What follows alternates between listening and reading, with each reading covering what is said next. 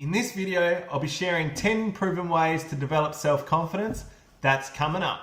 Hi everyone, it's Corey and welcome to my channel that's all about motivating and inspiring people to choose life through my own experiences, positive and negative.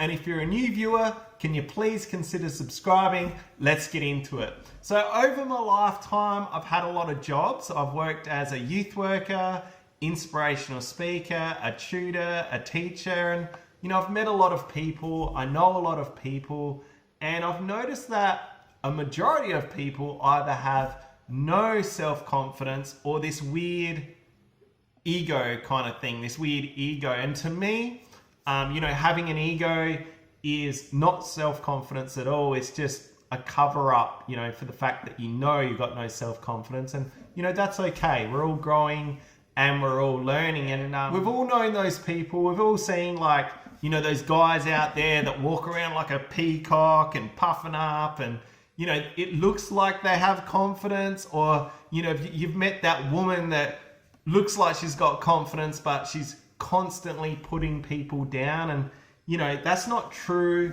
self-confidence. And I understand that it's hard. It's hard finding that balance between no self-confidence and the ego. And yeah, I do understand that completely. So, self-confidence is a complex subject. It's really affected by a lot of things. It can be affected by your childhood, your upbringing, your work, your circle of friends. There's a lot of things that can affect it. But yeah, let's just share how you can develop it and get along with your life. So what is self-confidence? What is it? To put it simply, you just trust in your own abilities and judgment. That's it. It's not rocket science. It's not rocket science, but it's not exactly easy either. And I do understand that. So I have 10 proven ways to develop self-confidence, and we're very lucky because we're going to be joined by one of my friends, Lauren. Lauren's going to share a few ways that she developed her confidence. Take it away, Lauren. Hey, my name is Lauren. I am 36 and I'm a mum. I went through a period of time when I lacked confidence. I had zero confidence. I couldn't even write on Facebook. Couldn't even write, oh, it's a nice sunshiny day outside.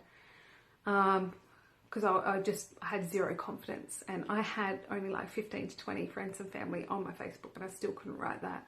And here I am today. I now can do Facebook Lives, and I have about 300 friends on Facebook. So come a long way, and doing the Facebook Lives is part of how I step out of my comfort zone to grow that self-confidence. So another way is affirmations. I still do them now, but I started doing affirmations. So maybe I was sitting at the bus stop and over in my head I would say these affirmations like, I'm confident, I'm brave, I'm courageous, I can do this, I'm supported. Just really powerful affirmations, whether I believed it or not. I said affirmations that I wanted to be true. And over time you believe it. And I also put post-it notes around my house. So I found some quotes online that helped me feel good, helped me feel confident. And I wrote them down and put on post-it notes all around my house. And another way is I found somewhere that I had a sense of identity and sense of belonging and community. So I started studying at uni. The uni was in a different state, but I joined the community and I had that sense of belonging. I was now a uni student studying, and I went across, visited my uni a couple times, and it just filled me up. I felt like I was so important. I felt confident. So just stepping outside that comfort zone again, like the Facebook Lives, and joining that community, it has grown my confidence massively. But another way I So like something that I've used to help grow my confidence is like books or podcasts or audiobooks. So Gabrielle Bernstein is a motivational speaker and author. She writes books like one called The Universe Has My Back. And I have her audiobook and I would listen to that in my car. So I would do a trip once a week. It was like a 2-hour round trip and I'd listen to that. So I specifically chose what I was listening to. I wasn't listening to ads or anything that I didn't have control over. I was listening to something that filled me and made me feel good and made me feel confident and grew me. I filtered what was coming in. I filtered what, so on social media, I was filtering what I was seeing and what I was hearing. That I think is very important when you're not in a place of strength. So they are my tips. So affirmations, finding your community, finding your sense of identity and belonging, and stepping outside your comfort zone, even if it's just a tiny step, one step at a time. Thank you. Bye-bye. So that was awesome, Lauren. Thank you very much for sharing. We really appreciate it. You did a fantastic job. And, for you viewers out there, just find what works for you. We're sharing 10 ways to develop self-confidence, but just find what works for you. So another way I like to develop self-confidence is by helping someone else. And I absolutely love this. I do know that Lauren loves to help people too. Just practice random acts of kindness every single week, every single day, and it just makes you feel awesome. So another way is self-care, okay? So that's exercise. That's pretty self-explanatory. Go do some exercise. You feel really good. Dress nicely. Just wear nice clothes, clean clothes. It makes you feel good. Get a haircut. Groom yourself. I love this one. I always get my hair cut probably every 3 weeks. And, just due to circumstances at the moment, we can't go anywhere. My hair was getting a bit long. So I asked my wife to cut my hair and she's never cut hair in her life. She was a bit nervous, but we did it. Have a look. What do you think? It's not bad, is it? It took her 3 hours and she did it with scissors. And I'm so proud of her. Like, she did a really good job. And I feel confident being on the camera now that my hair's looking good. So thank you, Becky. So another way is to smell nice. Wear some nice perfume, wear some nice aftershave. It's a really good way to quickly, have a bit of a spray and it makes you feel good. So don't compare yourself to anyone else. This is a huge one, especially in these days, like, with social media. Social media is fantastic, like it's amazing, but a lot of people put the highlight reel of their life on there, and it's easy to start comparing our lives to theirs, and as soon as you do that, you're not going to feel good at all. You are you. You are you. Run your own race. Be proud of who you are. Look up to people, admire people, be inspired people, but don't compare yourself to other people. Like I said, you are you.